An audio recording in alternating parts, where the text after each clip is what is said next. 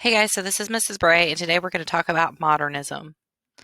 Modernism is a time period in the United States from about 1914 to 1939.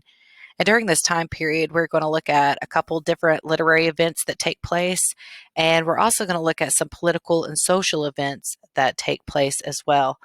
Such things as Marxism and Freud with the unconscious mind. We have World War One, the stock market crash, and the Great Depression. But we're pretty much going to end with the World War One. So let's go ahead and look at what modernism has done for our culture.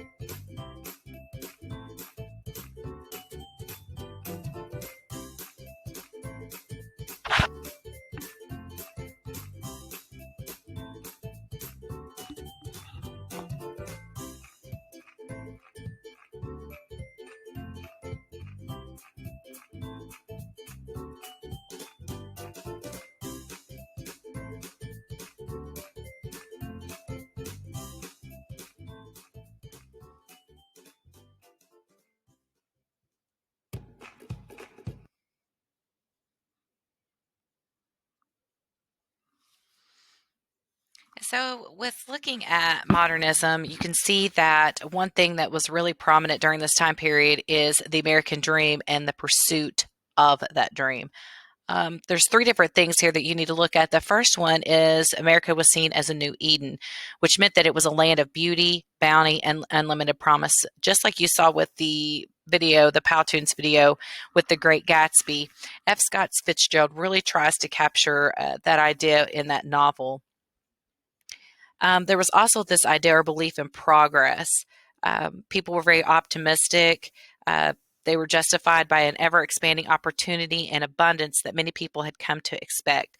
Americans believed in progress and that things will always get better. The last one is the triumph of the individual. The individual is seen as someone who is independent, someone who is a self reliant person. We saw that earlier in the semester with Ralph Waldo Emerson. He was really big into this self reliance and self independence, this idea that man can make himself. And we see that in the pursuit of the American dream. For many individuals, though, there was a breakdown of beliefs and traditions. The first, starting with the devastation of World War I. Many writers from the South, the Midwest, or the West really brought to light the tragedies of World War I. We also see this idea of Marxism. If you know anything from world history, you will know that we have the Russian Revolution, which group had come in and toppled the Russian Empire. They murdered the Tsar and his family, and Karl Marx's idea, or Marxism, which is a word that we use today, we call communism. It conflicted with the American system of capitalism and free enterprise. And the last person that we see is the psychoanalysis of Freud. Freud gave us a new understanding of human sexuality and the role that it plays in our unconscious thoughts. And with this, we see a literary technique that many writers tried to embrace during this time, and that technique is called stream of consciousness. Many writers were abandoning the chronology writing when they wrote a story. So instead of writing things in the way that it happened, writers were attempting to imitate the moment by moment flow of a character's perceptions and memories. The Jazz Age brought about some new words, some new lingo, some new jargon for our culture. We see prohibition, which was the 18th Amendment to the Constitution. This was to prohibit the uh, sale and manufacturing of alcohol. F. Scott Fitzgerald, by the way, was the one who coined the phrase the Jazz Age. We also see words like bootlegger pop up. We see speakeasy, cocktail, flapper, and jazz. Our next character is Hemingway's character. Take on it.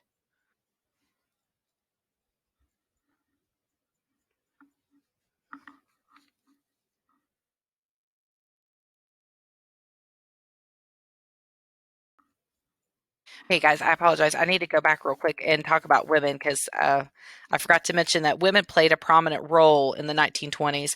First, we won the right to vote, so women won the right to vote in the 1920s. And we saw an actual ever growing presence of women in artistic and intellectual and social circles. And then we also have this idea of the pursuit of pleasure.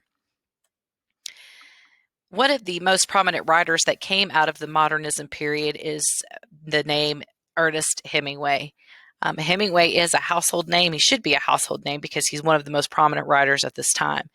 Hemingway is a guy that introduced a new American hero. He introduced a character that many Americans embraced.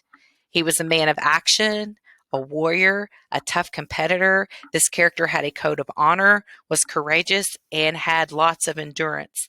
The most important trait of Hemingway's character is through his disillusionment, a quality that reflected Hemingway's own outlook.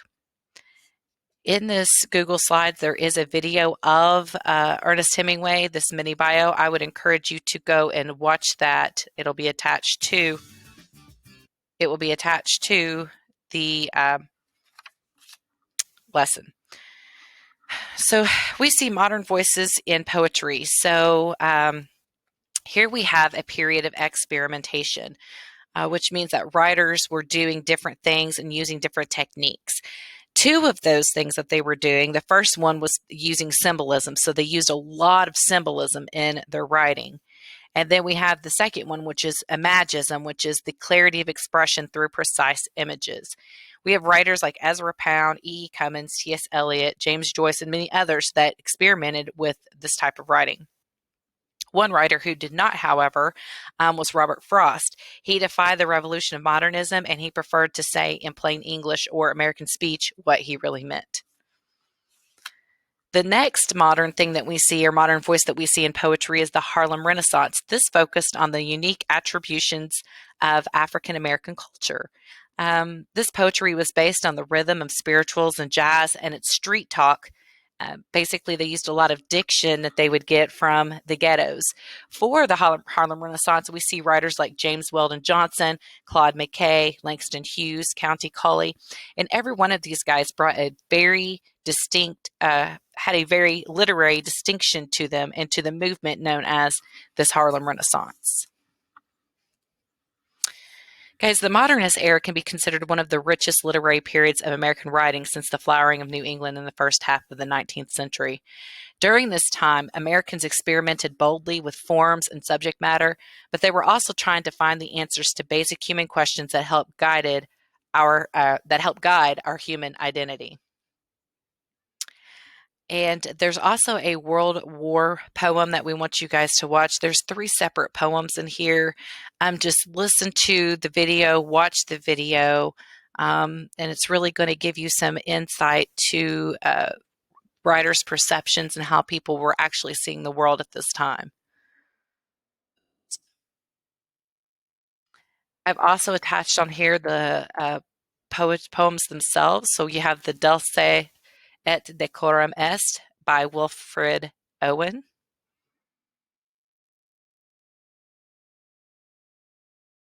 We also have In Flanders Fields.